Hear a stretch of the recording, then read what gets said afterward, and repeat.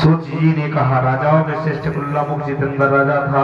वह सतदेव जाया मंदिर जाया करता था। वह ब्राह्मणों को नित्य धन देकर संतुष्ट किया कर रहा था। उसकी कमल के सुराली फरुदा पत्नी थी। वह अपनी स्त्री के साथ भद्रशिला नदी के तट पर सतदेव का वध कर रहा था। उसी समय वहां एक बढ़िया आया, पानी के भोजन से परिपूर्ण नाव के नदी के तीर पर लगाकर आप तट पर गिर गया। वह राजा को वध करता हुआ देख नम्रता से पूछने लगा। साधु बोला, हे राजन, आप यहाँ क्या करते हैं? वह हमसे भक्ति पूर्वक कहिए, सुनने की इच्छा है। राजा बोला, हे साधु, यदि श्री विष्णु भगवान का पूजन है, इसको जो अपने बांधवों के साथ पुत्र आदि प्राप्ति की इच्छा से किया जाता है। तब बढ़िया नमस्कार कर बोला, हे राजन, इस व्रत को मुझसे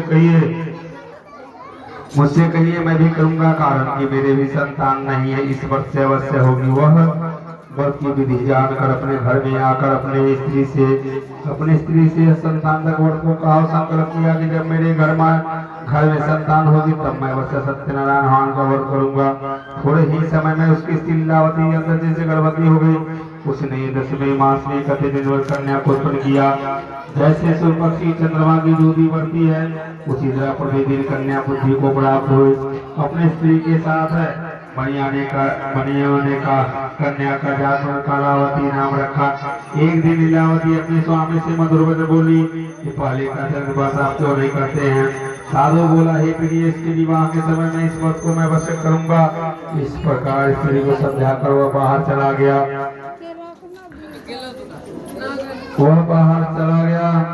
इधर कलावती पिता का नृत्य बढ़ने लगी। एक दिन धर्मज्ञ साधु मुनियों ने सखियों के साथ खेलती हुई लड़की के विवाह के योग्य देवदूत को बुलाकर कहा, विवाह के निमित्त कन्या के लिए योगवर खोज कर ले आओ। साधु की आज्ञा पाकर दूत कंचन नगर में गए। उस नगर में एक बालक के पुत्र को लेकर साधु के पास आए। उसने सुंदर निर्गुणात्मक लड़के को देखा। जाति भाइयों के साथ प्रसन्न सिद्ध हो विधि विधान पूर्वक अपनी कन्या का उस बालक के पुत्र के साथ विवाह कर दिया। विवाह के समय भी उस व्रत को साधु भूल गया। तब सत्यनारायण देव क्रोधित हो गए। कुछ दिन निज कर्म में अति चातुर साहूकार व्यापारी की इच्छा से अपने दामाद को लेकर समुद्र के निकट रत्ना सागर नामक नगर में जाकर व्यापार करने लगा। उसी समय सत्यनारायण स्वामी ने राजा को प्रतिज्ञा से भ्रष्ट देखकर उसको श्राप दे दिया कि तेरे पर बड़ा भारी दुख पड़ेगा। उसी दिन चोरों ने राजा को धन भी चुरा लिया। अपने पीछे देखते हुए साधु को दिशा को चले। दौड़ते हुए राजा के दूतों को आता देख घर का धन कोई आए रखकर छिप गए। राजा के दूतों ने साधु के निकट आकर राजा को धन को देखा तो साधु को बांध कर दक्षित हो राजा के निकट ले जाकर बोला, हे राजा, हम दो चोर लाए, हमको देखकर आज्ञा दीजिए। राजा ने साधु को अविचार से आज्ञा दे दिया। फिर तो उनको बात पर बंद दिखाने में बंद कर दिया। यदि श्री वाखंड श्री चतुर्थोध्याय समाप्त। प्रेम से बोलिए श्री सत्यनारायण भगवान की जय। पुनः चढ़ा दिया जाए अक्षत फूल, खड़ा होकर के हवन किया जाए।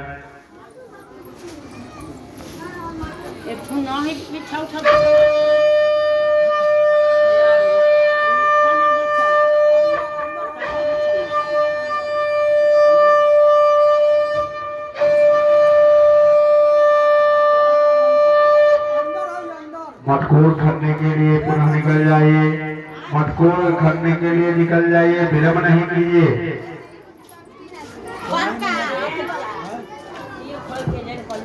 हाथ में अक्षत फूल ले लिया जाए।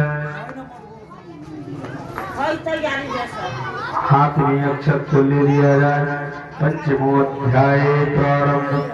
सूत जी बोले, सत्यदेव जी की माया से चंद्रकेतु राजा ने दोनों मुनियों को वचन को कुछ भी न सुना, उनका सब धन ले लिया।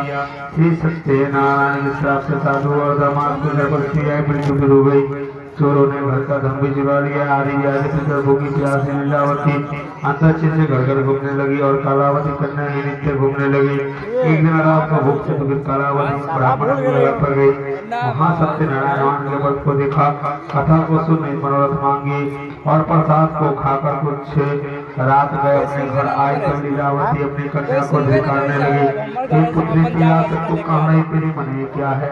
तब कन्या माता से सत्य वचन बोला, हे माता, मनोरथ को परिपूर्ण करने वाले श्री सत्यनारायण भगवान के व्रत को ब्राह्मण के घर में देखे हो। लीलावती कन्या कालावती का वचन को सुनकर श्री सत्यनारायण भगवान के व्रत करने के लिए उदत हुई। पतिव्रता साधु की स्त्री अपनी कन्या से बंधु बांधवों के साथ सत्यनारायण भगवान के व्रत को किया। उसने सत्यदेव से यह तिरे मांगा कि हे सत्यदेव, हमारे पति और दामाद जल्दी घर लौट आवे। मेरे पति और दामाद के अपराध को आप क्षमा कीजिए। इससे सत्यनारायण स्वामी संतुष्ट हो गए और चंद्रकेतु राजा को शपथ दिखाया कि हे राजा, कल सवेरे सज्जन मणियों को छोड़ देना।